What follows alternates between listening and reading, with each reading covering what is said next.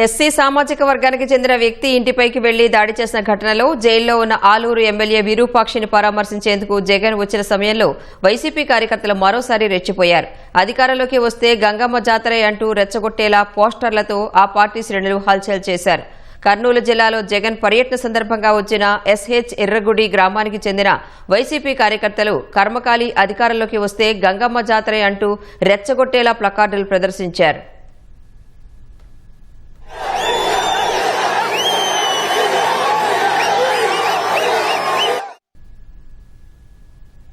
మరోవైపు పంచలింగాల జైల్లో ఉన్న విరూపాక్షితో ములాఖాత్ కోసం వచ్చిన జగన్ పర్యటనలో అడుగడుగునా ఉల్లంఘనలు కొనసాగాయి.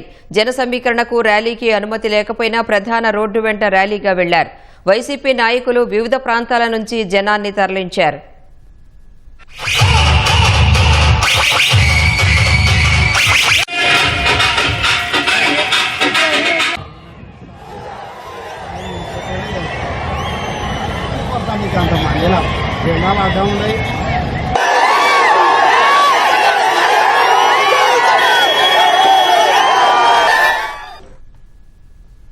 నంద్యాల, డోన్, ఎమ్మిగనూరు, కోడుమూరు నుంచి వాహనాల్లో వైసీపీ శ్రేణులు తరలివచ్చారు. అనుమతి లేదంటూ ఎక్కడికక్కడ వైసీపీ శ్రేణులను పోలీసులు నిలువరించారు.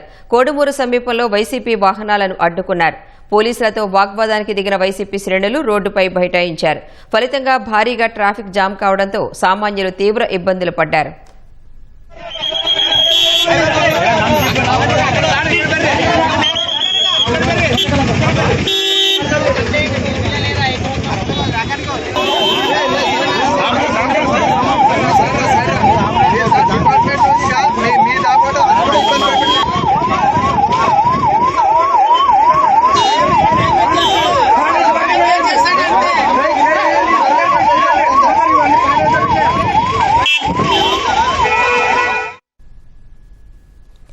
ఆలూరు ఎమ్మెల్యే విరూపాక్షి పంచలింగాల సబ్ జైల్లో ఉండటంతో జగన్ పరామర్శించేందుకు వచ్చారు.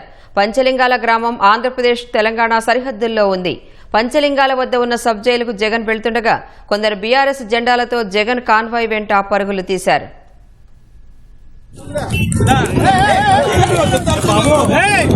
Hey!